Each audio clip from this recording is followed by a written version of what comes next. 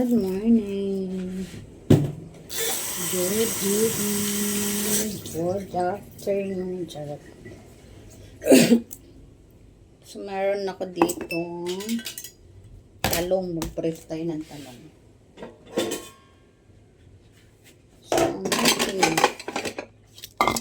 ang ating talong ay kuyot na. Madugay. Matagal na ito eh. So, may mga tao pa nakatira.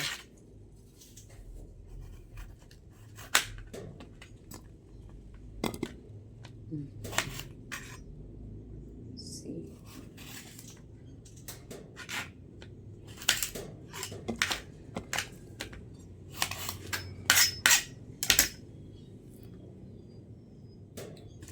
Prituhin na lang natin. Tapos, ang tagal kasi pag ipiprito ko.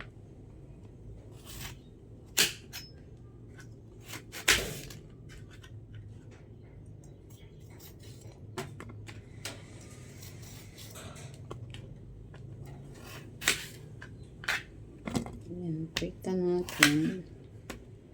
Kahit mahirapan tayo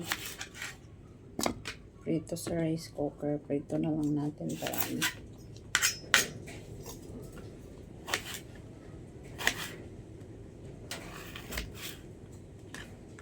kuyat na. Tagal na ito eh. Buti nga hindi nabulok, hindi nasira agad kasi maulan-ulan ang panahon, medyo malamig. So, hindi siya agad nasira. Hindi siya agad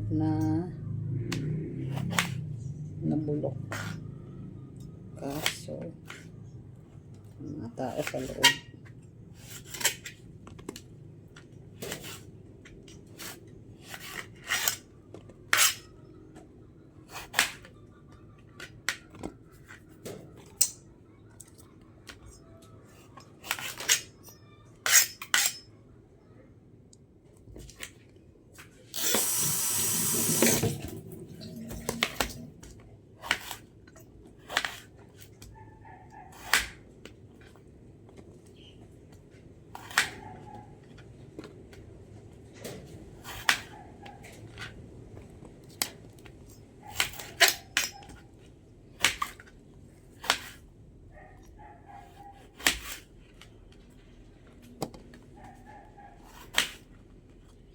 Dami. Isang ano ito.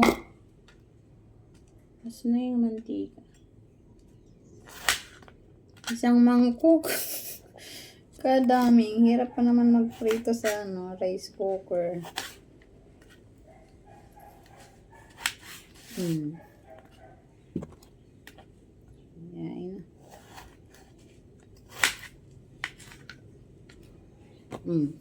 So, isang mangkok na talong ang ating pipritohin.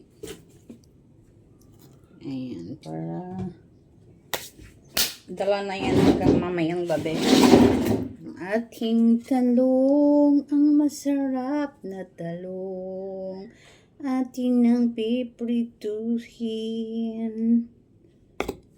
Ito walang tao. See? So, maglipat muna tayo ng buti na lang nakabili ako ng mantika. Look. Ito ay patis. Nakabili ako ng mantika. Buti na lang.